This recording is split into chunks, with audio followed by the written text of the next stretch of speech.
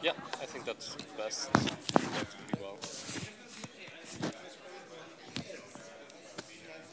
Might need to adjust it.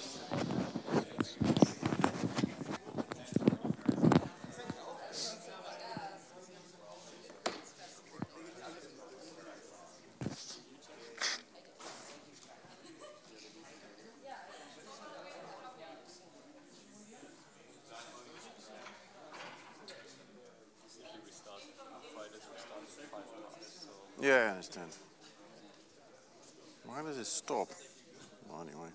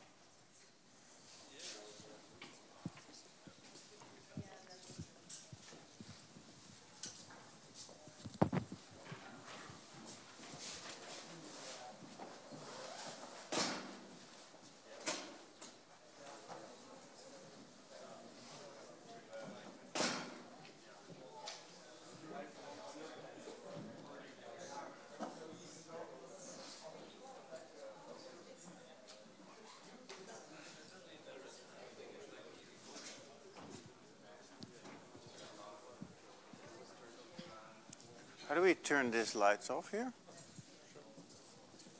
Is something we can do?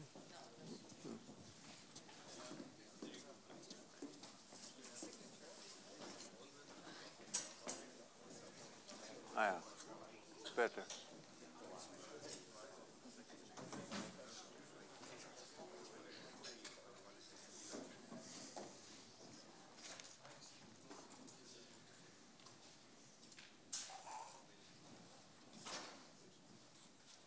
Oh, should probably. I think we start then.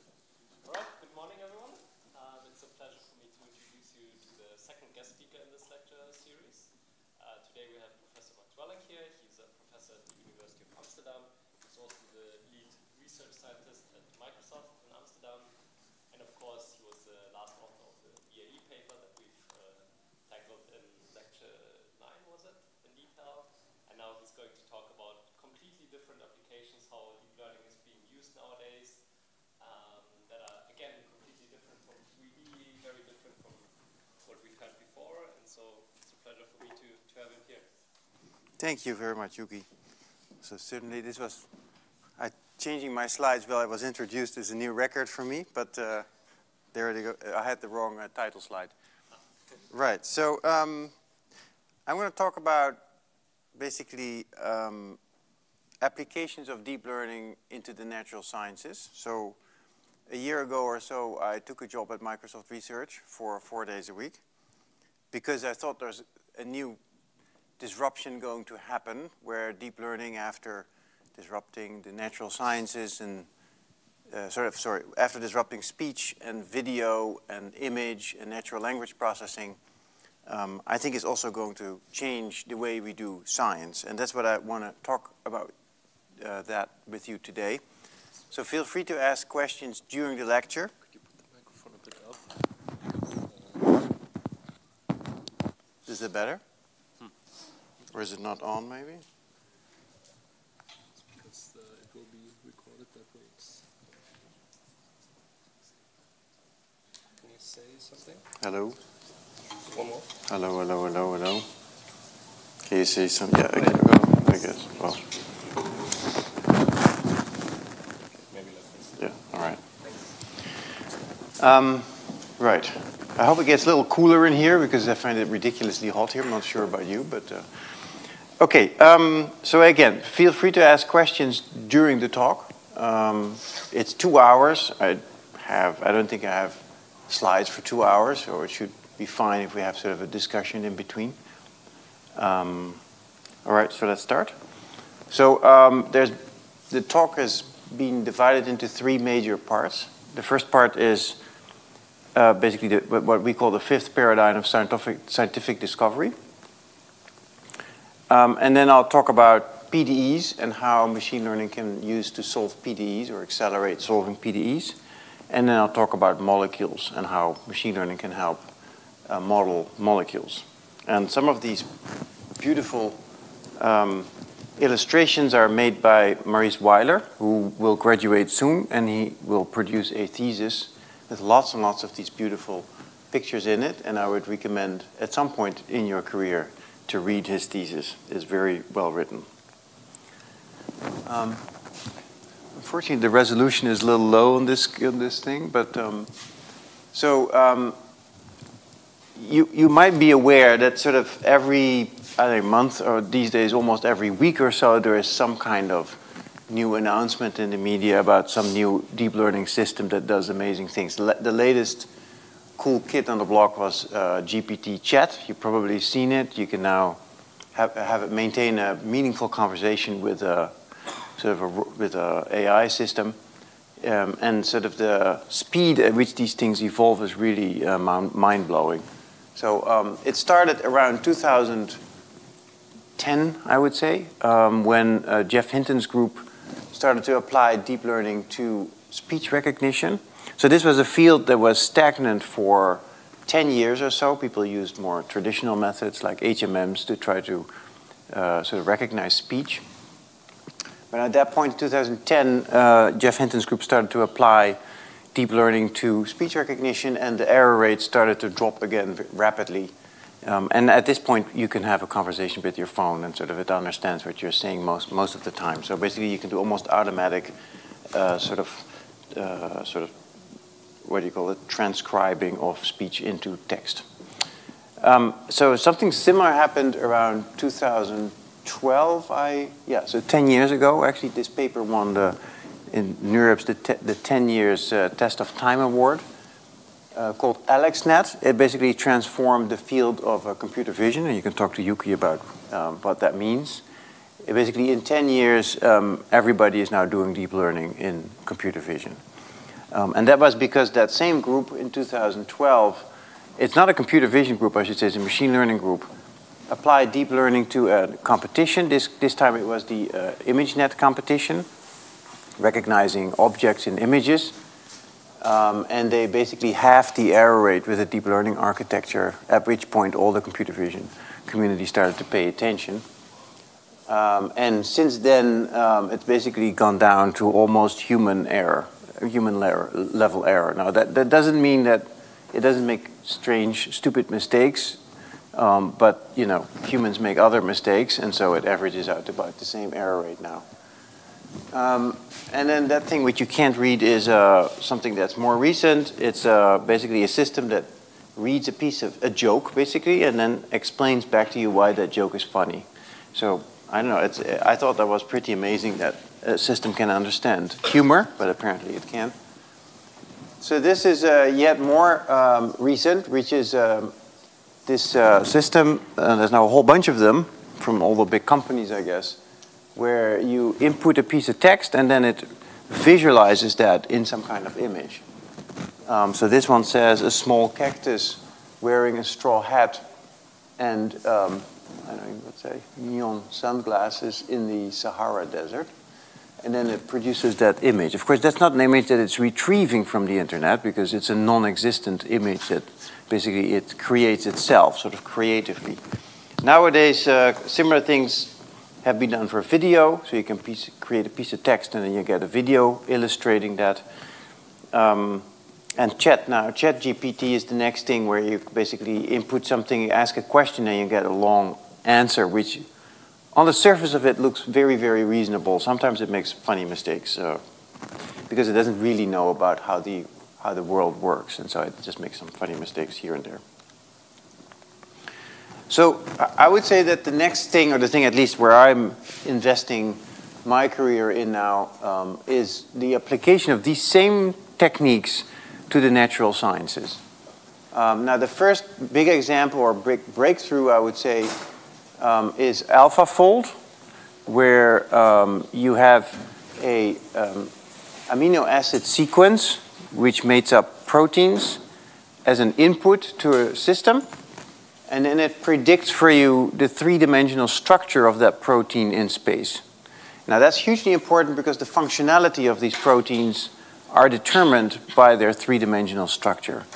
And so I think DeepMind at this point has basically analyzed the three-dimensional shape of about every protein in a human body, and therefore made them all available. And this is of huge interest to the biologists. Another interesting breakthrough is fusion. So this is also work with DeepMind and EPFL, where sort of in nuclear fusion, you're trying to keep a plasma stable in what's called a tokamak reactor, which you can see visualized there.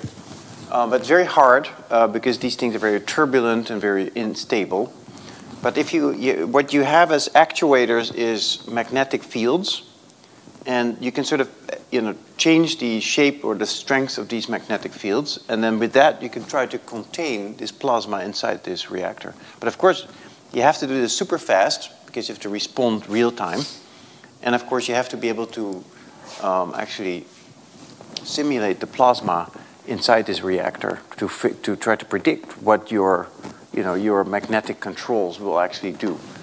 So this is the first time. So they kept this this plasma stable for a fairly long time, and so you can see that also here the applications, of course, are tremendous, because if we manage to actually we get this really stable at very high temperatures, then we can have an infinite source of energy in some sense. Now that's still a couple of decades away, but progress is going very fast, and machine learning is playing a very important role.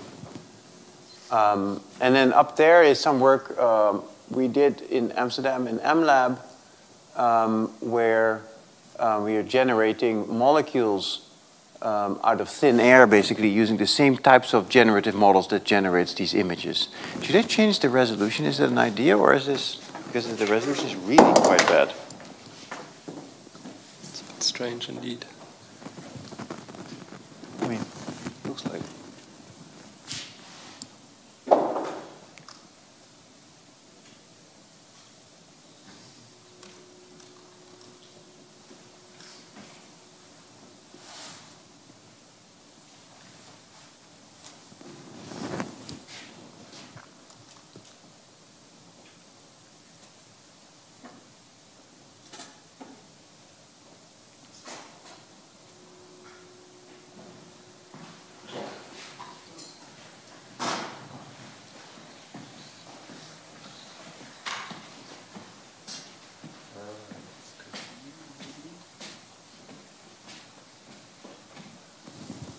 Yeah, that looks a lot better.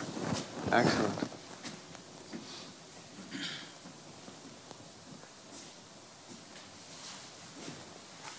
Wow. It's kind of strange because it did show something that was actually pretty good. This is good, yeah. So maybe the full screen mode is the one to blame.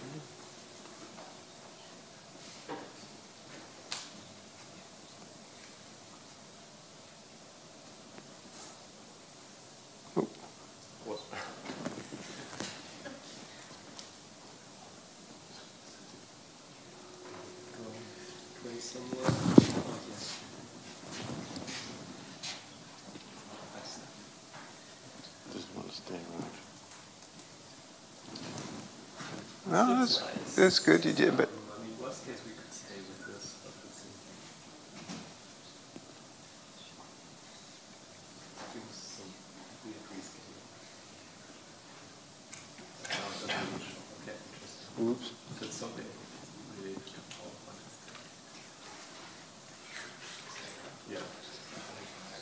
Wow.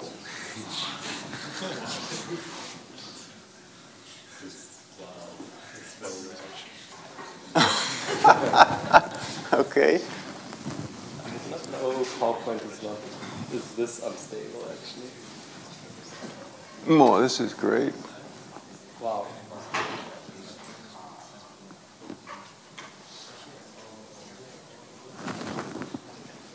Maybe pull this out for a minute. It's wow, this is just crazy. Yeah? Oh, there we go. Okay. It's taking its time. Okay. Okay. There's not two. You have one running in the background too somehow.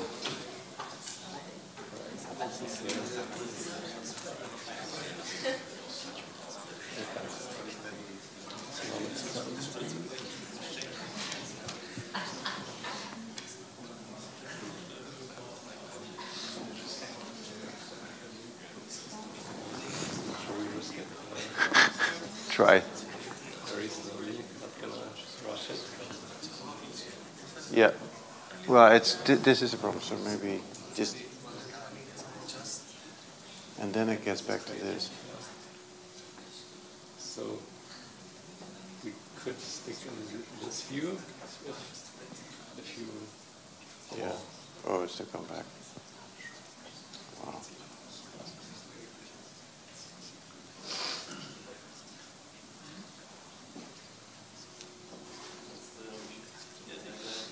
Yeah, just go to full screen with this one and then. Oh,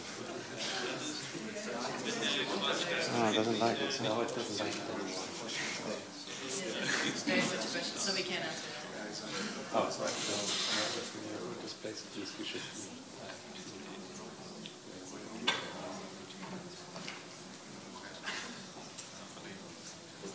Okay, at least go back to where we were.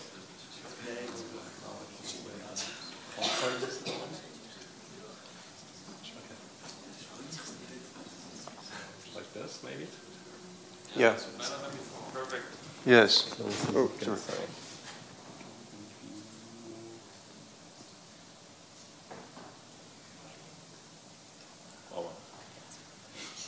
Oh. Okay, so I see how I can easily go forward. Yeah, that works. Okay, right. Okay, well, that's a lot better. Thank you very much. So you can see the other images too, I guess, but now it doesn't run. But nice. So this actually, yeah. So this is a weather modeling weather on a global scale. Okay, of course. Right. Okay, so now say a few words about some of the technologies. I'm not sure what you have already learned precisely. They have learned. So you've done all this. So then I'll just say maybe one perspective which I like about a relation between CNNs and GNNs. So in a CNN, you do this convolution here that you're seeing here, which is scanning some kind of little template over an image. And you can see that if you have like multiple channels, like here, you can view that as a message passing scheme where every pixel, so pick some pixel here and look at the neighbors, every one of the neighbors is sending a message to the central node.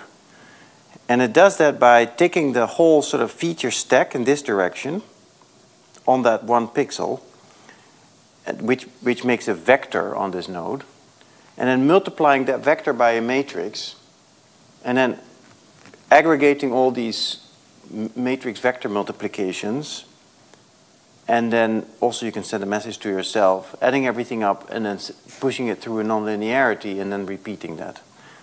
So you can think of convolutions, if you think of them through the whole stack of feature vectors, you can think of those things as message passes, on a grid, on a regular grid. And because things are on a regular grid, and you always know who is your north, east, south, etc. neighbor, everybody can send a different message, which means they can use a different matrix to multiply with this particular vector on a neighboring node. Now for a graph convolution, the neighborhood is irregular. You can have different number of neighbors, and also the ordering is not fixed, because if I lay down the graph in a different way, the ordering changes. And so the easiest way to fix that, not the most general way, but the easiest way to fix it, is to just use the same matrix. Right? So you can now think of this basically as, you know, feature vectors living on these nodes. They also exchange information like on a normal convolution, but now the messages are such that each neighbor uses the same matrix to multiply with their internal vector, and then everything gets aggregated. Now you know who you are, so you can send yourself a different message, so that can be a green message. The other ones have to be the red matrix. And that's one of the very simplest things to do, and that's basically what Thomas Kipf and I did in 2016, and that's called a graph convolutional neural net. Now we have sort of definitely improved on that in later years, and others of course too. Okay, that doesn't run of course now. The idea is that you can, first of all, generalize the message passing update, so you don't have to use one matrix. You can use a very, and I'll show you in a minute, a much more nonlinear message between the two, a nonlinear function, which is a function of the two feature vectors on the two nodes. Also, we've made these things equivariant under rotations. So if this thing is represents something in space, like a molecule, you want that the properties of that molecule are not depending on where the molecule is or in which orientation that molecule sits. And that's what we call equivariant, and we've made all these graph neural networks equivariant in that way. So if you want further reading, here's a bunch of papers that we wrote, but there's also many more papers. I'm not going to explain this to you, but one is an SE3 transformer with these authors here. And that technology was actually used in one of the two sort of AlphaFold. Well, AlphaFold had its own SE3 transformer, but in Baker's lab they had Rosetta Fold actually used this technology. And then there is further versions with this set of authors, which is a sort of a unified view of all these steerable equivariant neural networks. If you want to read some of these papers, if you're interested in this type of stuff, then I recommend these, but there's of course many more in the literature. I also want to say something about symmetries, which is work we did with Taco Cohen and Maurice Weiler also, and Gabriela Chiesa and Daniel Worrell and Eric Beckers. There's actually a whole bunch of people who do great stuff in this area. And here the idea is that in physics, symmetries play a very, very fundamental role. It's almost, you can almost derive all of physics through symmetries. It's kind of interesting. And so one of the major breakthroughs at the end of the previous century, going into the 1900s, was that people thought there were two different phenomena called electricity and magnetism. But it turned out that these are just two sides of the same coin, and you connect them through a symmetry transformation. And the symmetry transformation is actually a Lorentz transformation, which is if you have, let's say, a frame which moves with a certain velocity relative to another frame, and then one observer who is sitting still might see an electric field, and another observer which flies by with a constant velocity might see a magnetic field or an electromagnetic field. So these two phenomena are related by the symmetry transformation. This was basically Maxwell figured out how to do that, how to combine these things, and Lorentz was actually a Dutch physicist. And then something quite similar also is true for gravity. So unfortunately, when these things, they don't animate, so now they're on top of the previous thing, but I don't want to touch this anymore. There's something behind it, but okay. So in gravity, Einstein figured out that there's also two equivalences, which is if you imagine yourself to be in a sort of an elevator, and the elevator is flying up with a certain acceleration. So now the two frames are not relative, moving with constant speed, but now with an acceleration. And then he asked himself, what do these two people experience? And of course, if you're in an accelerated frame, you feel a force, right?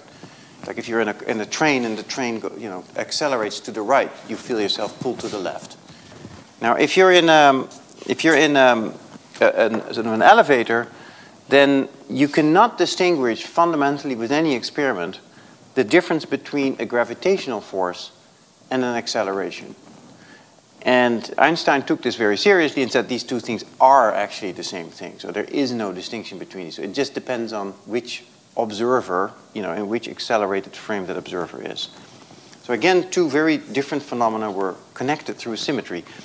And that's also been true for like the standard model of the elementary particles. So you can organize all the elementary particles according to their symmetry. So you can transform one particle into another particle by a symmetry transformation. And so you can organize everything according to these symmetries. Very powerful phenomenon. So when Taco Cohen joined in, 2015 maybe, so he started to think about what that means, what that means for machine learning. Right, and so the idea is that symmetries can also play an important role in deep learning. For instance, imagine that you have an object that is sitting here, and you're looking at it like this. But now, if you change your frame of reference, maybe you are looking at it, which you might look at it from a different way. Both of you would agree that it's the same thing. It's a red marker, right? But the way you place it onto an image, in which location or in which orientation, shouldn't really matter for the actual identification that this is a red marker. And so you want to build that into a neural net, but unfortunately, if you put things in a neural net, you're putting numbers in, right? You have to say, well, this, it's in this particular set of pixels on this particular part of the image. And these numbers, if you change them, can confuse the neural network in thinking that if it's here, it's a completely different object. Now, convolutional neural networks, you can derive them by demanding that there is what's called translation equivariance. So you can basically say you take a normal neural net, which is an MLP, completely unstructured, multi-layer perceptron, and then demand that you want this property, which is called equivariance under translations, which means you want, it's indicated here, what you want is that if I take a signal on a two-dimensional sheet and I shift it to the right, then it's still the same gecko, the same object. So if I analyze it, let's say I do some segmentation of this object, then I want that if I analyze it and then shift the analyzed or filtered object, I would get the same as if I first shift and then analyze. So if you have these diagrams, if they close, then you can say things are equivariant, and you'll get the same result irrespective of where you place this thing on the image. And of course, if you're just going for a label, a gecko, then the label should be independent or invariant of the location. So you can extend all these things to manifolds. So this is again by this picture by Maurice Weiler, which is if you now have, let's say, a gecko on an egg, the egg has a symmetry, which is like rotation over the z-axis, then you can sort of define convolutions on this manifold, and you have the symmetries, and you can make things equivariant under the symmetries. In principle, and I should also say that similar ideas also play into doing convolutions on arbitrary manifolds, like spheres or Möbius strips or whatever manifold you want.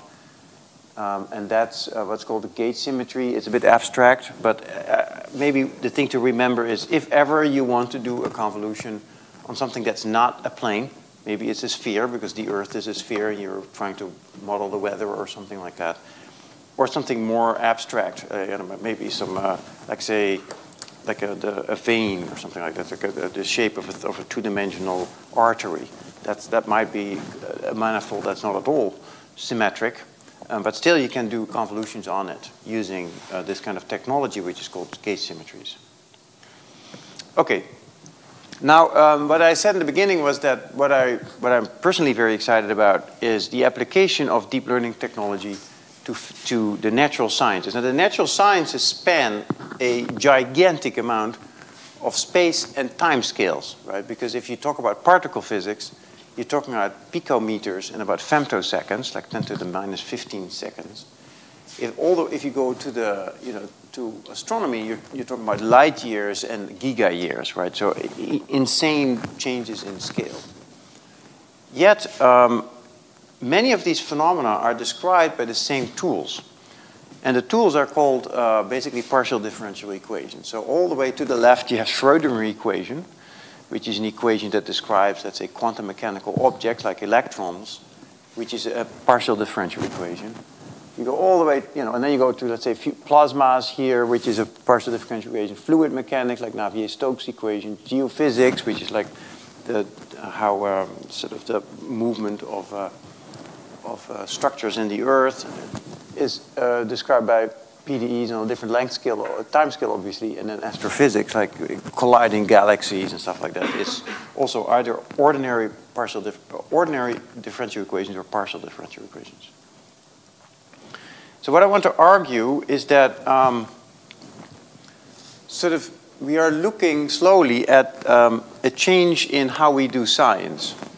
So in the old times, the way we did science, let's say if we wanted to design an airplane, was to sort of try and build stuff, right? Just have some intuitive ideas and then build it and then see if it flies. And if it doesn't, you crash, you hope you survive, you build the next thing. You learn and you build the next thing.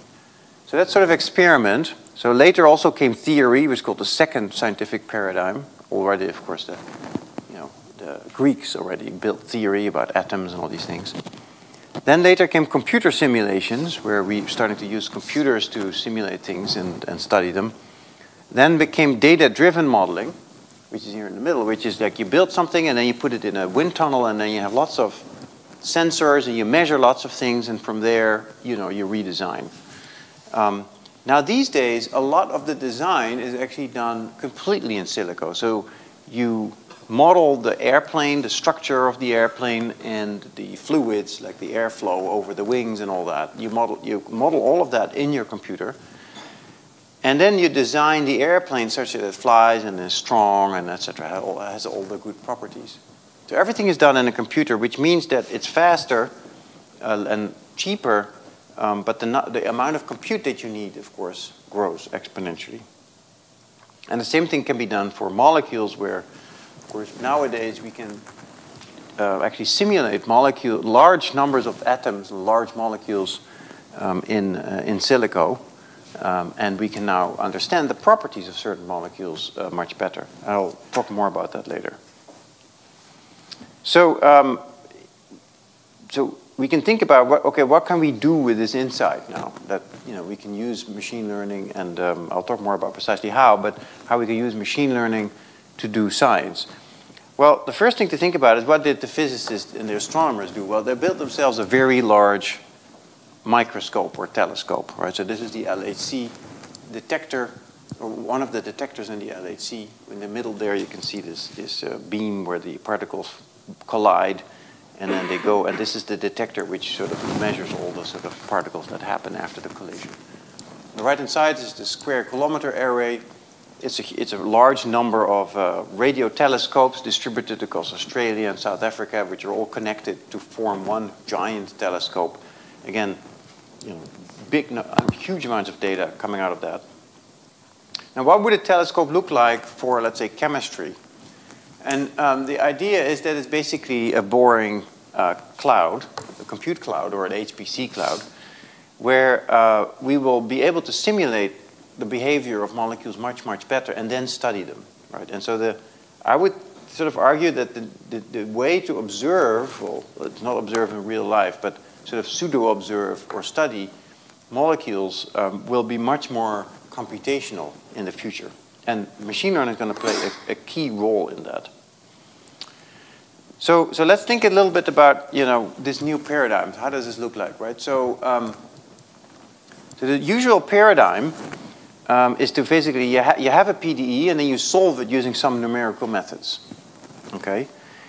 But then the next time something comes around, let's say you're trying to model, your favorite car, right? You put it in sort of some simulator here, and then you extract some data out of that, right? Now the next time, another manufacturer comes up with an even cooler car, right? You go through the same moves again. You stick it again in your expensive simulator, and you do your analysis. But the idea now is that we're going to recycle the data that's coming out of this simulator. So this simulator actually is very expensive to run, and it creates a lot of useful data. Now that data is now going to go into a machine learning model. And the machine learning model will help us run the simulation for the next car that comes around faster. And that's sort of a virtuous cycle, that the more simulations you do, the better your machine learning models will become. The faster you can do future simulations, the faster you can design new cars, etc. Yeah, let me just skip that maybe. Okay, so now let's go to PDEs in more detail. So PDEs, again, are everywhere. Here I've listed sort of a number of them again. So these are earthquakes. It's actually quite beautiful simulation of how, if a big earthquake happened here somewhere in the San Andreas fault, how that would sort of, the shock waves, how they sort of propagate through Southern California. I used to live here in this spot, which is a very, very bad spot because the shaking is very bad there. So fortunately, no longer live there. But yeah, so this is a major event, and it will certainly destroy a lot of homes. But also weather prediction is super important, right? Because in fact, nowadays, we want to know under certain policies around carbon emissions, we want to know that at the end of the century, whether the Earth will heat up by, you know, either 1.5 degree or 5 degree. And so that the resolution currently that we have is sort of 4 degrees. And so it's very hard to say, if you do this, you'll heat up 4 degrees and you'll have hell on Earth, because 4 degrees, living at 4 degrees is going to be completely impossible, turns out. But still a pretty high probability at this point that we will reach 4 degrees in current policies. So it's super important to come up with new methods that can actually, you know, do much better weather prediction, where we can resolve, like maybe to half a degree, to figure out, you know, what will happen if you emit this amount of carbon. This is how the Earth will look like at the end of the century, which is your children or your children's world, right? And so, you know, so machine learning is going to also be super helpful there. And I, you know, talked about a few of these other ones. Okay, so now PDE solvers are, I would say, a very, very old field, hundreds of years old. Many books have been written on this, so it's not like we're going to easily disrupt this field with, you know, our deep learning technology. We have to be a bit humble about that. And so there's also many requirements that you may want from a PDE solver, right? You want accuracy, stability over long time rollouts. You want high speed. You want low computational cost. Actually, really expensive, you know, modern simulators cost like, you know, millions of dollars to run, let's say, for weather prediction. It must be easy to use. You want to, you know, uncertainty prediction, because, you know, if you're in a regime where you can't really predict, you want to know. You want to generalize across different initial conditions, boundary conditions, parameters in your PDE, the resolution of your grid, the regularity of your grid, the geometry of where you're doing your integration, the topology, the dimensionality, etc. Right? So it's a very extensive field. Okay, so a little bit about PDE. So what is a PDE? I'm not sure how much sort of continual analysis you've had, but so U as a field is like but think of it as an array or a vector of functions of space and time. So U is a function of space and time. And this curly dt here basically means the time derivative of that function at a particular position. So we're going to be interested, we have a grid, we're going to look at the grid point, and we're going to just figure out how does that grid point change over time. That's what we want to solve. And most generally, that's some arbitrary function that depends on time.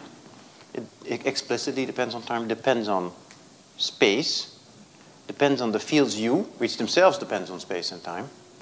And it depends on many of these partial derivatives, so the x derivatives and the second derivatives over space, etc. This is a very general formulation.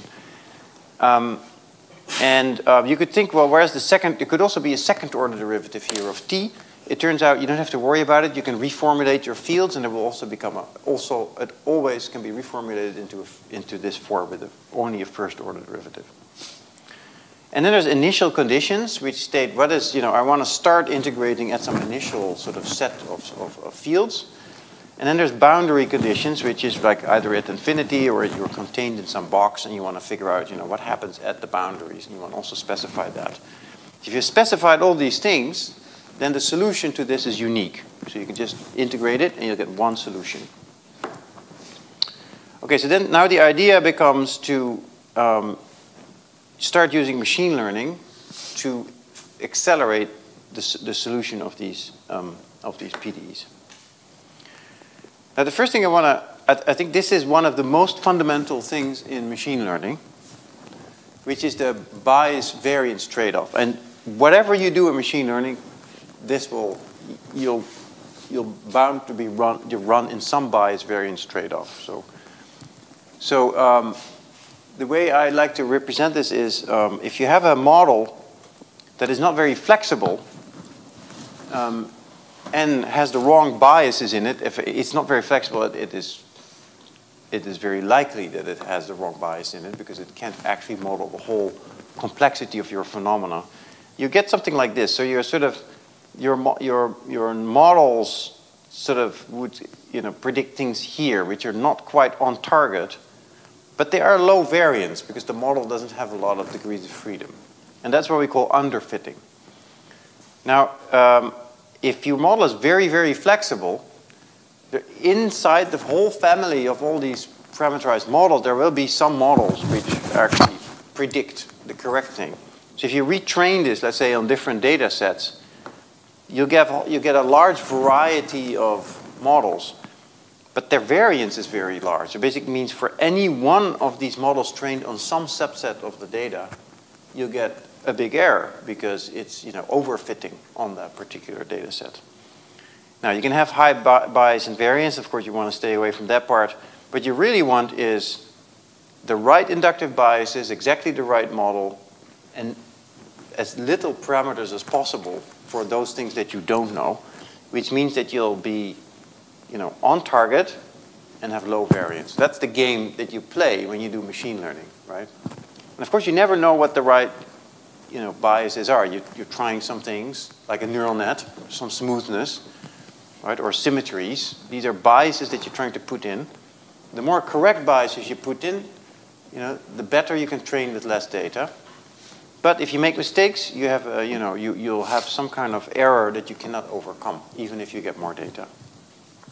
Same thing happens for PDE solvers, right? In the world of PDE solvers, if we're going to develop a PDE solver which is just a giant neural net with 1 trillion parameters, right, then we are bound to have high variance in our predictions. If, on the other hand, we're putting in we're numerically solving the PDE, right, which is the PDE, and now we just have a numerical solver for that PDE. There's 0 parameters in that thing. It solves the actual PDE. It's very expensive to run, but it has 0 variance. And then you'll be on the other side. So you'll be slow because it's expensive to run. You have nice error guarantees typically for these solvers. A few parameters or no parameters. There's a large inductive bias. There's no data, and they generalize pretty well, but not necessarily always very well, because some solvers are highly tuned to one particular PDE and not for another particular PDE. Now the neural networks, they are super fast, but there's no error guarantees. There's lots of parameters to train. There's little inductive bias. You need lots of data to train it. And also in generalization, the jury is still out. For instance, for weather prediction, it looks pretty good. It looks like, at this point, very recent results show that we can probably predict the weather better with neural networks than with actually integrating these solvers. So it's a very interesting development, I would say. Just to open maybe if you have questions, just feel free to ask questions because I'm the only one talking. Are things super clear? Yeah? Was the DeepMind weather prediction also solving PDEs? No, I think, yeah, that's called what's it called? Nowcasting, right? So that's not very far into the future. So typically weather prediction is 1 week or 2 weeks into the future. So this was like a couple of hours into the future, and they used GANs and that kind of technology to do that. So much more like, this is the data now, just train a black box model to train, what's the weather an hour from now. So without actually trying to solve the PDE. But if you're going to go deeper, you do need the PDEs. And certainly when you do climate modeling, which is like decades, it's the same equations, but you certainly need to solve the PDEs. solvers, do we actually get some error guarantees in the terms of by maybe 1% difference, or are those error guarantees like with a certain likelihood we're in that threshold, and sometimes we may still statistically have strong outliers? Yeah, so it's very hard to get error guarantees when you do deep learning, or you mix it. But I think the solution here is to sort of initialize a good solution with a deep learning technology, and then if you want error guarantees to sort of, from that, run a numerical solver with guarantees, but that will converge much faster because you're already close to a solution. But isn't the initial solution in a chaotic system isn't it very sensitive to an initial solution? So can we actually do that? Well, so there are solvers which can do it, but probably they also have red flags that at some point, the error guarantees might be very large. It's not always like that, right? So if you have a chaotic system, in certain regimes, the weather is actually quite predictable. But you could be at certain points when the weather is like highly sensitive to initial conditions, and then things can diverge, and the error guarantee should basically come down to no guarantees. But I think these systems will tell you, I'm not an expert in PDEs, by the way, but they will tell you whether you have a guarantee that's meaningful, yes or no. So the typical thing that people do is, which is not a guarantee, but actually works very well, is ensembles. So they run a number of solvers on slightly perturbed initial conditions, and they choose them very, smart. So it's in the direction of the largest sort of sensitivity. And then they see how these ensembles diverge. And if they diverge a lot, then of course you have a lot of uncertainty. If they stay together, then you're in a system that's a state that's pretty stable. Yeah. Actually, you were first, but yeah, okay. So you mentioned three paradigms in science, like trial and error and data-driven and in silico. And you mentioned the fifth paradigm. Is there a fourth one as well? All right. Yeah. Fourth is data. So big data, and then analyzing the data. And then the fifth paradigm is simulation in silico and using that as data to train your machine learning models on. Yeah. Still way to learn these inductive biases. It's usually we know something, then we put it in as an inductive bias. Yeah. Obviously, we could also, like for more intricate biases, we could try to learn them. And then Yeah, so that's interesting because at the point that you're learning it, it's not an inductive bias anymore. But you can sort of have a higher inductive bias that say, I think that, let's say for symmetries, you could say, I think there are symmetries, and so put some structure in your neural network, which is then your inductive bias at a sort of higher level. I think there are symmetries, and I put a structure in there still with parameters, and then some part is learned of those symmetries. People still don't know precisely how to do that, but you could imagine doing that. I guess at that point you're putting a weaker inductive bias, and you're allowing yourself to learn more. So it's always, you can't quite, it's no free lunch, right? You can't quite circumvent this. It is like you either put in certain assumptions, and that counts for a certain amount of data. If it's correct, you don't need that data. If it's wrong, you'll make an error. If you want to say, I have a lot of data, I'm not going to worry about trying to make assumptions. I'm going to make my model very flexible, and then you can learn it. And then basically, but you run the risk of overfitting if the data set isn't large enough. So it's always this game. You want to be precisely at the right spot of giving your model enough flexibility so that it just doesn't overfit in some sense. These days it's getting more complicated because it now turns out that some of these models, these very, very large models, actually don't overfit all that much. And so it's getting more complicated. But in some sense, there's still then an inductive bias in these neural networks that's being exploited. So in this fifth paradigm, training models and data, a model can only be as good as our understanding, as our simulation. Well, if we would have a data-driven approach, Yes. we can still find, hey, this contradicts with our model, okay, we're missing something. Well, yeah, it's a good point. I think it's a good point. So, however, for certain laws of physics, we do know very accurately how things work, right? So we do know, like quantum mechanics, and it has exquisite, precision. we also see that like in 1900s. Sorry? We also studied, I think, 200 years ago. We used to understand everything in physics. No, not everything. I'm not saying everything. But it's like if you want to model, let's say, a molecule, right? We know basically for the molecule, in principle, everything that we need in order to accurately simulate a molecule, which is we can go down to generate the forces on the atoms, we have to go down to quantum mechanics and then predict them. It's just super expensive to do it. That's the only barrier in order to do accurate simulation. I'm not saying we know physics in a quantum black hole or something like that, right? There's still open questions, but quantum mechanics has been absolutely, verified to very high order of accuracy. There's no physicist in the world that will doubt, that quantum mechanics is super accurate. And that's all we need for simulating molecules. We don't need quantum gravity for simulating molecules. Right? So the barrier is not knowledge. The barrier is our ability to simulate the system. It's just exponentially expensive. Nature is a quantum computer, which is extremely efficient.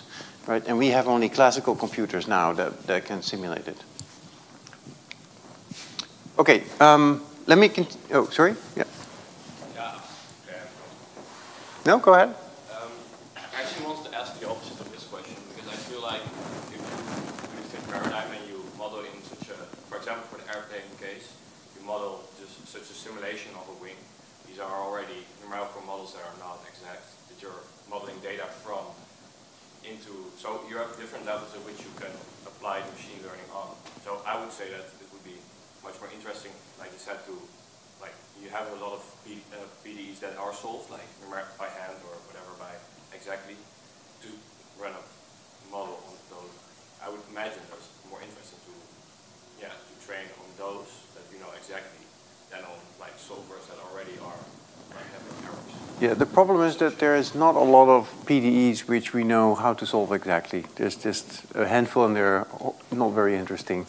Like maybe waves or something like that, or diffusion. We know some answers to, but as soon as things get a little bit more tricky, it's just like you put a wing in, or even you put a wing, let's say, in air, you'll get turbulence, and there's absolutely no way you can solve this, by hand or by Mathematica or something like that. You have to solve it numerically. Yeah. I would say maybe let's do a quick break. And then Already? continue. Yeah, Okay. Yeah. So let's do a break until 10:02, and then we'll, Okay, we'll sounds good. Yep. Sounds good. I'm going to have to sit a little bit because my back is... May I ask a question? Yeah, if Also, I can sit, then it's good. Maybe mute yourself Oh, if yeah. you don't want everything to be recorded. In the break. Sounds good, actually.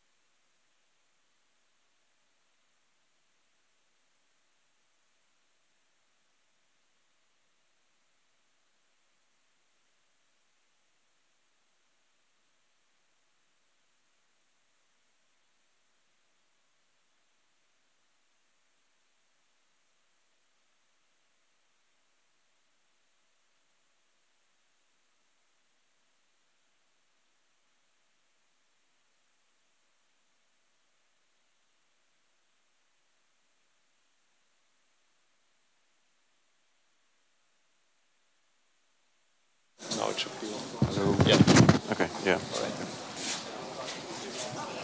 All right. All right. You can also get your chair, by the way. There's these cold chairs outside. Yeah, maybe at some point. I guess I'll give you a sign if my back is starting to hurt. Okay, let's keep on going. So I'm now going to talk a little bit more about PDEs and how to solve them. I already seen that I'm having too many slides, but it's okay. We can just skip a few. So here's a first attempt by Peter Hoyer's group on trying to solve a PDE sticking in some bit of machine learning. So this is the hybrid approach that is sitting pretty close to an actual solver, and replacing small little bits and pieces by machine learning. So that's the sort of the easiest way to go around things. So how does this solver work? Well, here's your field. Then it goes to a neural network to predict coefficients alpha, and these alphas here are modeling spatial derivatives. So typically when you want to compute a spatial derivative numerically, it's basically something like you take your right neighbor and your left neighbor, right, and you sort of say, you know, plus this guy minus this guy should be sort of approximating my, you know, sort of my derivative at this point. And you know, second order derivatives, they're more like, you know, you can also approximate with these kinds of filters. Now it turns what Peter Hoyer's group's idea was like, which of these stencils, or what they're called, or these filters, they might, in one situation, one state of the neural network or the PDE, some of them might have numerical properties that are better than others, and that might actually change. For instance, here is a solution of the PDE where there's a shock wave, a very sharp discontinuity, and it turns out that close to these shock waves, certain stencils have different properties than others. And he decided, okay, let's just learn it from data. And he found, indeed, that there's very different ones, and if he would train them, he would get a much better neural net. So then you have a trained set of stencils. They go into your, well, this is some function that you can compute, and then you can solve your PDE with the function, and then you repeat. So a particular example that's much more on the side of doing everything with machine learning is what's called a PIN, or physics-informed neural networks. They've actually become quite popular. And here the idea is to say, okay, so I'm going to stick as input the numbers x and t. So I'm just going to say, I'm here in my space, x and t, get an arbitrary resolution, just you know, 2.5, 3.1, you know, 1.2. Right, so these are the three numbers I'm going to stick in. And I'm sending these three numbers through a neural network. And then I'm going to predict the field variables at that position. Okay? If I do this for all x and t, I basically have my complete field, u of x of t. Of course, you don't have enough time because it's an infinite number of x and t's. Then you backpropagate through this neural network to get all your necessary derivatives, the d dt, the d dx, the second derivatives, etc. Every derivative that you need for your PDE, you can get from this by just backpropagating the derivatives to x and t. So then you have basically an estimate at that particular point in time of, you know, all the terms in the PDE. So if you put them all together, the right-hand side should be 0, right? Like d dt of u minus f of all these things should be 0. That's your PDE. Now, if it's not 0, numerically, there is a mistake. And then you backpropagate through this loss. You find a loss. And then you backpropagate through that loss to the parameters of your neural network to improve the loss. Right? So you do two backpropagations, one to the positions x to get all your derivatives, and then you write a loss, which is basically how bad is my current PDE, you know, solved. And then you backpropagate through the whole thing again to get your parameters. Now, okay, so that's a PIN. It doesn't work as well in low dimensions as doing traditional grid solvers. However, in high dimensions, like for Schrödinger equation, actually, it works pretty well. Now, you're not supposed to know all the details of this. I'm just giving you some idea of how these things work. The details don't really matter much. And then there's another class of models which are called neural operators, which basically take some solution at some point on a grid, or they like to call it a function mapping. So actually, the actual function is mapped to the function value at the new time. But typically, you have to do this on a grid, of course. And this function mapping of all these fields at all positions on a grid at some time to the next time point, that map is now modeled by a neural network. And then you backpropagate through this whole thing. There's another famous solver. It's called Fourier neural operator. Basically, what they do is they first take this whole set of functions, they map it to Fourier space. Then in Fourier space, they do a number of operations. They cut out the high-frequency modes, and they mix up the sort of low-frequency modes. And then they Fourier transform back. And then they also combine this with a usual kind of convolution. And then that's the mapping from one set of solutions to the next set of solutions. So this Fourier transform apparently has good properties, and this actually works quite well. The model that we've been working with is a graph neural network. And I'll explain a little bit more about that now. So, okay, so you have, let's say you assume you have some data from a classical solver, which is the fields over all space and time. So you've generated that with an expensive solver. So now what we're going to do is to define a loss function to try to improve that map that maps a sort of solution at one time point to the next time point, or a history over some time points to a future set of time points. So let's call A basically the map that takes a solution, a set of fields at some point to the next time point. That's the operator A. And we're going to sample these U's from some distribution pk. So that's basically sampled from a whole bunch of simulations. And of course, from our simulation, we do need to know the ground truth. So we also need to know the next time point, uk plus 1, which we get from the simulator. And then we're trying to minimize this error, right? The operator A that tries to predict the next time point, and we want to minimize the actual difference between these two things. Now, there's one important trick, which is we're going to add a bit of noise to this particular input. And the reason that's important is that in the real world, you have this sensitivity to initial conditions sometimes, and if you make a small mistake, you can sort of run away. So we want to teach the system that this might actually happen, that the system might actually run away into another direction, and to teach it that then sort of try to correct it back. So we want to add realistic noise. And one way to add realistic noise is to actually take your solver, apply the solver to the previous set of time points for a little while.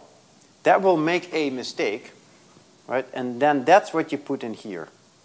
So in other words, you use the actual errors that the current solver is making to generate noise in your solution as input to A. And it happens, so this you can think of that as realistic noise for the current solver, and that happens to improve the robustness of this solver a lot. So then you just go and just train the system, backpropagate through all the parameters of your neural network to try to reduce that. I don't know whether I should go, now another issue.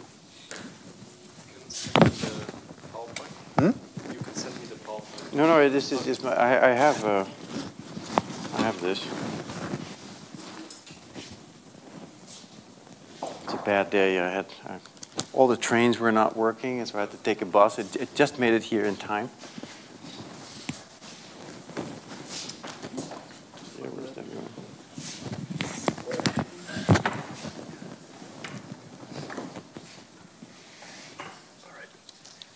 Right. Okay, so I think I'm going to skip this because it's kind of technical, and I guess you can sort of read the paper on this. But the idea is what we used is that we used a graph neural network to try to solve it. So you have a grid where you sort of put your points that you want to solve, And then you're having some kind of graph neural network sending messages between the grid points. The first thing you have to do is actually take your input from your previous time point and map it through some neural network to some features. Then these features get exchanged on your graph neural network. And then in the end, you're doing another convolution neural network over time to sort of smooth things out a little bit. And I have a number of slides to explain that, but that may be a bit technical. And then that's the mapping from one solution to the next, and then you backpropagate again to get the parameters. Now, there's one very interesting thing that we discovered with Johannes Brandstetter and also Daniel Worrell, is that these PDEs, they have all sorts of brilliant symmetries. And there's software to just tell you which are the symmetries of a PDE. So you give me the PDE, and then the software generates for you all the symmetries in that PDE, which basically, a symmetry means if you give me a solution and I apply this set of transformations, I'm guaranteed to have another solution. So that's a very cheap way to generate all sorts of solutions out of one solution. And you can think that you can use that for data augmentation. So instead of solving it again, which is very expensive, first generate from one solution many, many more solutions using your symmetries and stick them in your data set for you to train. So that's a very easy trick. Now, of course, it would be very nice if we can actually put the symmetries of the PDE in the neural net. And we haven't managed to do that yet, but I think it's a very interesting research question of how you would do that. Yeah, so here's a couple of interesting examples that I want to highlight. Actually, there's now a better model. Forecast model was a pretty good model from NVIDIA. And now let's go through a little bit of the details. So here you see sort of the Earth map unwrapped on a square, right? So the North Pole and the South Pole are very stretched. And these are sort of weather patterns, let's say pressure and sort of wind velocities and temperature and these kinds of things. And here, insets. So this is a small inset, and here's another small inset. And then what the forecast did is basically it trained a giant neural network based on transformers. I'm not sure if you had transformers already. Yeah, okay. Based on transformers, or vision transformers, to try to predict future weather around the whole globe, given current weather. And so they went all the way up to 96 hours, which is not bad. And sort of here you see the forecast net predictions, again with the insets, and here you see the ground truth. Nice thing about this data, of course, that the ground truth always arrives at some point, so you can compare. And it's pretty good. And especially these cyclones and typhoons and whatever developed, they were pretty well predicted, actually. I mean, they're not here, right? There's no cyclones here, but they developed, and they also developed in your machine learning model, so very nice. So nowadays, there's a much better model. It's Pangu weather from Huawei, of all companies, that actually does a much better job. So that's the state of the art right now. But they now have shown that weather prediction using a machine learning model is equally good or better than using the actual models that the weather people, the meteorologists, use in order to predict the weather. So this is a very important breakthrough. This basically, proves that machine learning can really do this better and faster. And of course, the machine learning models we can only improve. They get better and better and better and better over time. So it's not hard to predict that in the future we'll be predicting weather with machine learning models. Okay, for the PDEs, to close off the PDE section, so yes, PDEs will play an increasingly important, machine learning will play an increasingly important role for PDE solving. And I want to emphasize that PDEs are everywhere, right? Every science uses PDE because it is the most natural way to represent your models. It's like if you have causality, if you have continuity and locality, you basically have a PDE, right? And so it's a very powerful tool. And now there's clearly also important challenges because people who solve PDEs, they trust their own solver. They have error guarantees and many years of development. So here comes in a machine learning person who knows nothing about PDEs and says, I have a much better method than you. right? They're not going to trust your PDE, right? So what are we going to do? How are we going to certify PDEs? How are we going to get error guarantees? These are very important things. Generalization, you know, if you train on one set of data and now the weather graphically, so you train on nice weather or on weather in the UK, and then you want to apply this to weather in the Himalayas or wherever, or weather which has extreme events. Will it still work, right? So it might, I think it might be that a numerical solver who just tries to model the physics will do a lot better than a neural network that hasn't seen that kind of weather at all. It's not given, because it might be that the neural network actually extracts the physics and does manage to generalize well, but it might also overfit on the particular things, the particular data that it has seen. Okay. So I think the future might be sort of hybrid methods where we inherit guarantees from some solvers, but we speed up things with the machine learning methods. Okay, now on to molecules. So molecules is another very interesting application area for the fifth paradigm and for machine learning. And I've always been fascinated by molecules because at our scale, basically everything is made of molecules, right? I mean, you could say maybe a thought isn't made of molecules, fine. Gravity is a force, so that's not made of molecules. Electromagnetism isn't, you know, made of molecules. You know, maybe if you if you look inside like a very hot reactor, like a plasma fusion reactor, you know, molecules have been broken up into pieces, so that's not a molecule. You know, if you look inside, you know, particle accelerator, things are not molecules. But typically, you know, everything that you can touch, things that are, you know, even the air, everything is made of molecules, right? So understanding molecules is incredibly important for many, many applications. And I'll just go through a few things where, you know, applications where I am very inspired by. Drug discovery, right? If you understand how a molecule fits inside the pocket of a protein, and you can simulate, let's say, its behavior under certain temperatures so that it's stable and it keeps sitting there, then you can, you know, design new drugs in your computer. It's not that easy. You have to make sure that it doesn't bind to a whole bunch of other things which are in your body so it doesn't get toxic, etc. But it is true that you know, modern pharmaceutical companies are actually doing these things in order to design their new drugs. Now, in the space of sort of sustainability, the solar panels, there's a layer of molecules that absorbs light and turns it into energy and then stores it, right? Better materials to absorb that energy will improve the functionality, the efficiency of these solar panels. Friction.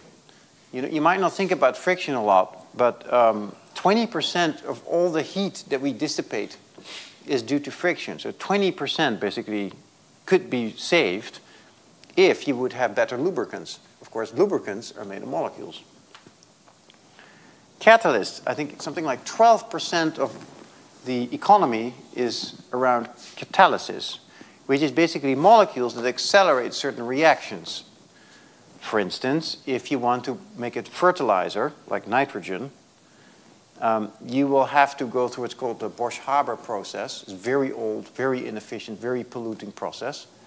So if we find better catalysts to do that, we can make it many more times efficient and less, you know, carbon emitting. But also splitting water into hydrogen and oxygen for the hydrogen economy. Right? That depends on catalysts which are, you know, catalyzing the electrolysis. But also making new fuels out of, for instance, if you take hydrogen and you take carbon dioxide, which you might take out of the air, put them together, you can make a synthetic fuel. Instead of pulling this out of the, like oil out of the earth, you can just make it out of air. Which is interesting. Okay. Yeah. Now again, these simulations take a huge amount of compute. So that's, I think, a simulation of COVID, if I remember well. So that's, oh yeah, the MD simulation of a coronavirus. So that's about 300 million atoms, and they wanted to do a molecular dynamics simulation. It took them 27.5 or so thousand GPUs to run that simulation, right? So that's the level of compute that you need to simulate just a tiny virus. So here's a piece of sort of matter, or it's a metal actually. It's a tiny piece of metal. Again, 127 million atoms, and again, 27,000 GPUs to run it. So there's a long way to go. So what is a molecule, right? A molecule is a bunch of atoms that are connected through forces with an electron cloud around it, which you typically don't draw, but there's an electron cloud around it. These electrons are only described well by quantum mechanics. There's no nice classical approximation for electrons. It becomes quickly very unrealistic. For the bigger atoms, you can use classical mechanics. So you can try to say, how does this atom, this molecule, evolve over time, which is called molecular dynamics. In order to do that, you have to go back to the 17th century or so and sort of look up Newton's equations.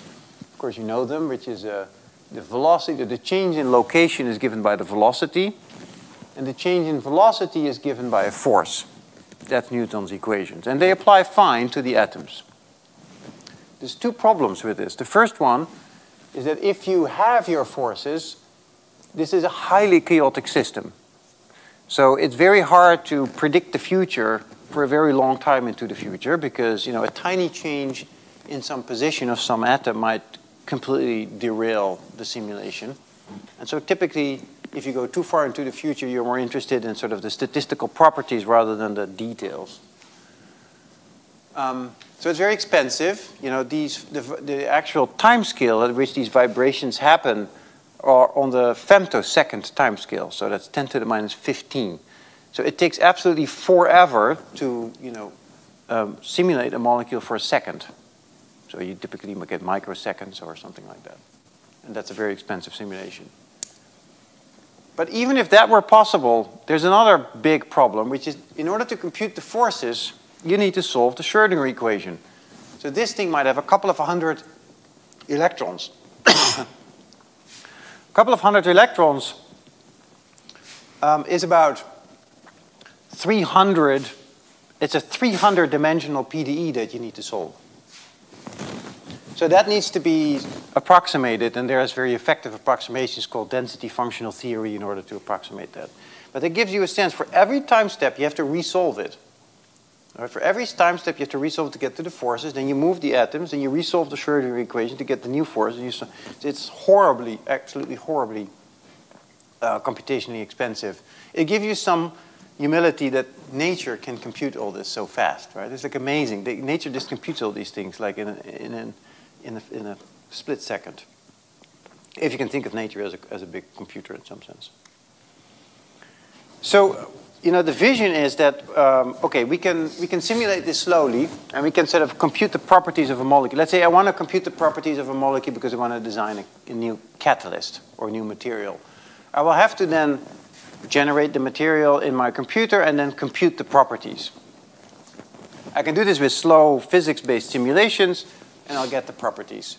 Now, with the new fifth paradigm, we have a short route, right? Every time we do a simulation like that, we store it. We update our neural network, and then next time we can compute these properties much faster using our neural network. So that works very well. So there is what's called, I'll talk about this in a minute, force fields that will help you do these MD simulations a lot faster.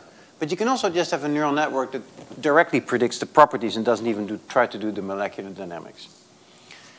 Now there is a short route to, let's say, searching for certain materials or molecules or drugs that you're interested in. And it's somewhat of, I would say, sort of a holy grail, if we can do it. And that's conditional generation. So when you do conditional generation, you do inverse design. You give me the properties. I want a drug that binds to this. It has these properties. It isn't toxic. It's easily synthesizable. You know, doesn't it integrate with, you know, low temperatures or whatever? You stick it into your search engine, and it will generate molecules with those properties. Now that sounds fantastic, and it's very hard, but we are making a lot of progress. And it's the same progress that we're making with, you give me a sentence and I'll generate an image with things that are you describe in that image. That's the same models that are being used there, and they're very powerful, and they also make progress here. So let's give a few examples. So here's the force fields. In force fields, we are storing all the quantum computations for the forces, and then we have a neural network that predicts the forces now much quicker. So next time around, when I see the same, sort of, or almost the same situation, I can now use my neural network to predict the forces rather than the quantum simulator to predict the forces. And it turns out it should generalize quite well, and it does do quite well. This is something that's basically been done. The chemists have done this, and they use force fields now on a regular basis to do their MD simulations. Yeah? Do you have some paper recommendations for getting into this inverse design? Yeah, I'll come to a paper in a minute, but there's many more that are going. If you search for, let's say, diffusion-based generation and molecular molecules or something, you'll find tons of them. I'll describe one that we did, and you know we can discuss more later. Okay. If you want to build a search engine for molecules, then a number of interesting other machine learning models are starting to emerge. For instance, let's say that you have a very good force field or some kind of neural network that can compute properties, and you have your expensive simulator, but maybe you also have like some kind of automated lab where you can actually test certain materials that you generated. It's one level up in terms of cost. And every time you do one of these things up here, you generate data for the bottom layer, right? Because the machine learning model can learn from all of these things. And then there needs to be an agent, a reasoning agent, that is in control of what to do next. And you know, the task is, you know, I want a molecule with these properties, right? So the first thing could be, well, generate some candidates using my generative model, test them with my systems, right? And then the next thing it needs to say, okay, now how am I going to improve? I can do a cheap simulation with my machine learning model, a somewhat more expensive simulation with my physics simulator, or I can do an experiment. And I want to, as quickly as possible, get to the target molecule. And it will have to reason about what to do next. And then there's methods called reinforcement learning. Have you done reinforcement learning? Okay. So there's methods called reinforcement learning and Bayesian optimization that can help you figure out what is the best next step to do, how to invest, where to invest your resources. Okay, so here's a few works that you can read. So here's a model, so slightly outdated now.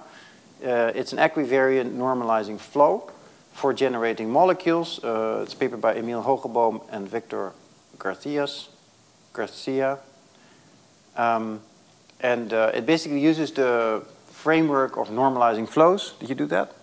No. So it's basically some generative model that does invertible maps. So it takes an input, and it takes an invertible map. You can go forward and backward to sort of change in sort of a random input, which is a bunch of random molecules here, into an actual stable real molecule. And you can train this kind of stack very conveniently. Better models are diffusion-based generative models. These are now sort of the hot topic. Again, we made them equivariant, and we can just start with a random blob of random atoms, and we sort of use this method called diffusion-based generative model to turn that into an actual stable molecule. Now, the thing that we really want, okay, so here's a whole bunch of things that you can generate in your computer. The thing that we really want is this conditional modeling. So basically, I'm going to tell you, I want a molecule which is a high polarization. And then instead of generating this, it will generate this, which is this high polarization. We got a little bit further, but not satisfactory. And I think this is a very hot topic. So how to do reliable conditional generation. So you might want to condition on a whole bunch of things and then generate the molecules which have these particular properties. And of course, you can imagine it's really nice, right? If you can do this, then you can just generate a material with any given property or generate a drug with any given property that you want. So here's a bunch of sort of nice simulations of that. So the left-hand side is this diffusion-based model to sort of generate molecules using diffusion. This is a project here with a bunch of people from EPFL where this is for drug discovery. So often you know little fragments of the molecule that you want and how they fit in the pocket of a particular molecule, protein. And so then the task of the molecule is to generate a molecule which is consistent with these fragments that you put there, but is also easily synthesizable and actually could be an actual drug. Right? And so again, this is a diffusion-based model, and they do pretty well. Yeah, and so, yeah, so here's kind of this sort of search-based algorithm where you start with an initial set of things that you want to generate. You push them through a funnel to then generate the actual material that you're interested in. And this could, the first step could be some generation, and then the next step could be refinement using molecular dynamics. Okay, maybe I'll just leave this for now. I just want to show you this thing, which I think is just incredibly cool. So these are electron clouds as they solve the Schrödinger equation around the molecule. So you see these green clouds are basically the electrons which are sort of moving around the atoms. And they are negatively charged. And of course, they influence the forces on the atoms which are sitting inside of that. If you want to read about that, there is a Quanta magazine article about that. I won't talk about the DFT here. It's probably a bit too challenging now. Yeah, so here's this idea of sort of conditional equivariant diffusion, just with the two students here at EPFL. So you start with a particular pocket, which could be a part of a protein, and then you initialize basically your molecule, your atoms here, and then you anti-diffuse, resolve, if you want, the molecules into a particular, the atoms into a particular molecule, which nicely fits into this pocket. And here you see a little movie about how the actual diffusion model does that.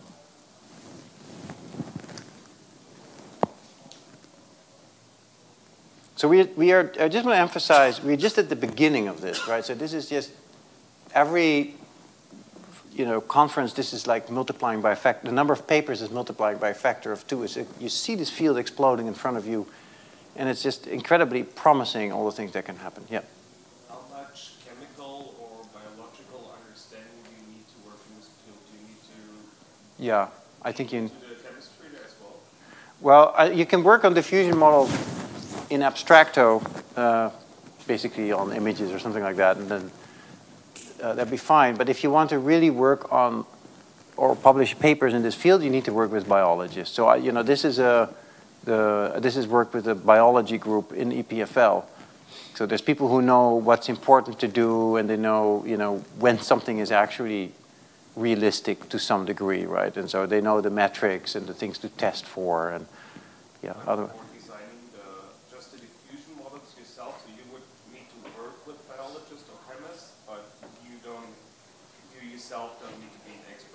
No, you need to have the patience to talk to them. That's the, yeah. I think that it's very important though, because you talk a different language, right? Although there's now increasingly more chemists and sort of biologists who also are interested in machine learning and deep learning, so they are moving in our direction in some sense. But you will have to get invested a little bit in biology or chemistry in order to know the terms, and so you sort of meet somewhere in the middle, and that takes some time sometimes. But you need to enjoy it, I guess. That's the thing. So another problem that I would sort of briefly want to discuss is this problem in chemistry. It's called transition path sampling.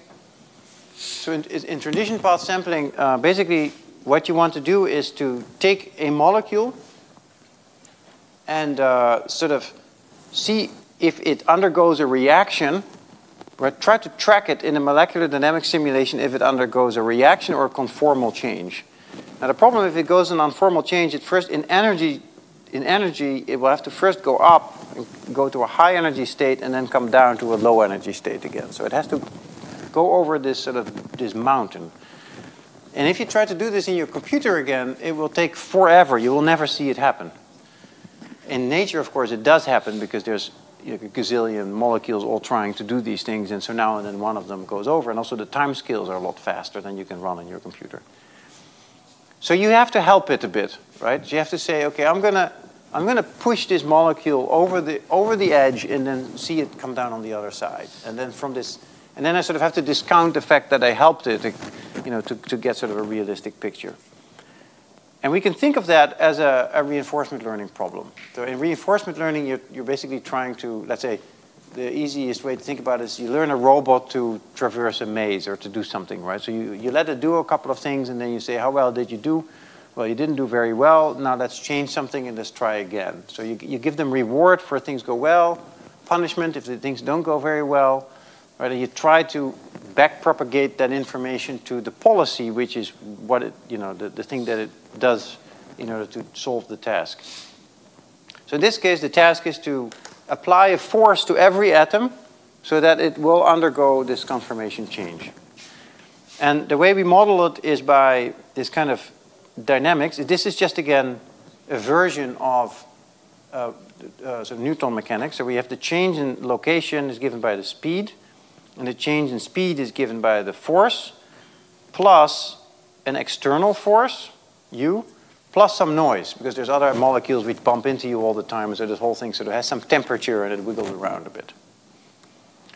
And so here's an example of where, we take this molecule here, you see it move around, and we're pushing it over the energy barrier, and here there's two angles, as it's moving through the free energy space and trying to get to this side here, which is another conformation. Right, so you basically learned it to move there. If all by itself, it wouldn't have never done it. And then there's some more of these movies. These are bigger molecules now that are also going from one conformation to another conformation.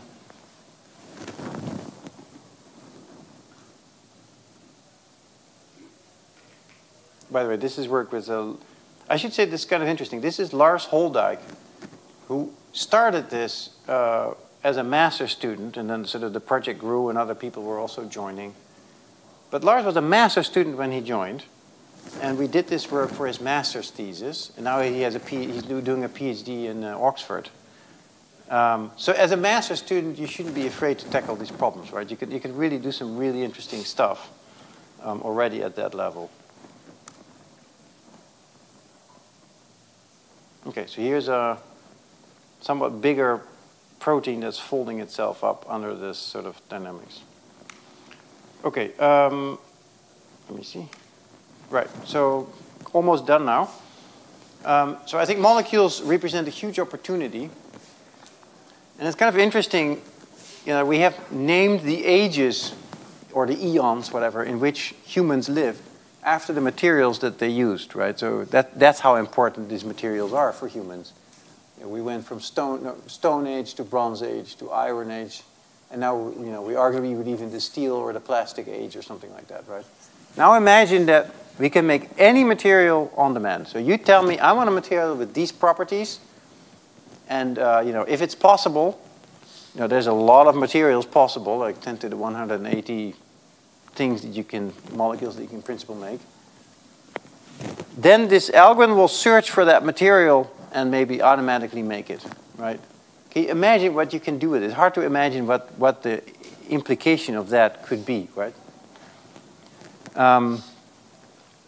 So we are at an age where this is starting to happen, I feel, because we have the sciences which have come to a very mature age, like condensed matter physics and computational chemistry and molecular biology, and they're ready, to start working with new modeling technology like high-performance computing, computational science, machine learning, and deep learning, And in 10 years, perhaps also quantum computing. Now, quantum computing is interesting because probably the most interesting applications of quantum computing is to simulate quantum mechanics. So you could imagine that, you know, a quantum computing could help you accelerate these simulations many times. Yeah, so we could see an age where we could just design materials and catalysts and chemicals and drugs on demand. So to conclude, I think machine learning will change the way we will be doing science over the next decade. In a similar way, it will disrupt, like it has been disrupting natural language and vision. It will also disrupt the sciences. There's massive opportunities, right? If you're interested at all in sort of societal impact, then this field will give you everything you need, right? Because you can go into health and you can design new drugs or new antibiotics that are helping against resistant bacteria or new vaccines for the next pandemic. In sustainability, you can help find new structures that capture carbon out of the air, like MOFs, magnetic organic frameworks, to fight climate change, right? New battery materials to store energy and help the sort of energy transition. Hydrogen production, which needs new catalysts because it's way too expensive at this point. So we need a catalyst to bring the barrier, the energy barrier, down a lot. New synthetic fuels from carbon and hydrogen, so we don't have to pump oil out of the ground. New ways to generate fertilizers to feed the world, right? New ways to predict the weather. There's just tons of things. And if that's not enough for you, I also make this following prediction, is that the future economy will be driven by these types of problems, right? Because we will have to, you know, tackle the climate problem. We will have to go through the energy transition, which basically means that the pressure to invest in these areas will only grow. Also in pharma, by the way, for drugs. So there's enormous economic opportunities to position yourself now to work on these particular problems, because the future economy will basically be that, right? So I think there's huge opportunities for machine learners to move into this field and do some societal good as well. And I think I'll stop there maybe and have 10 minutes or something. Well, thanks.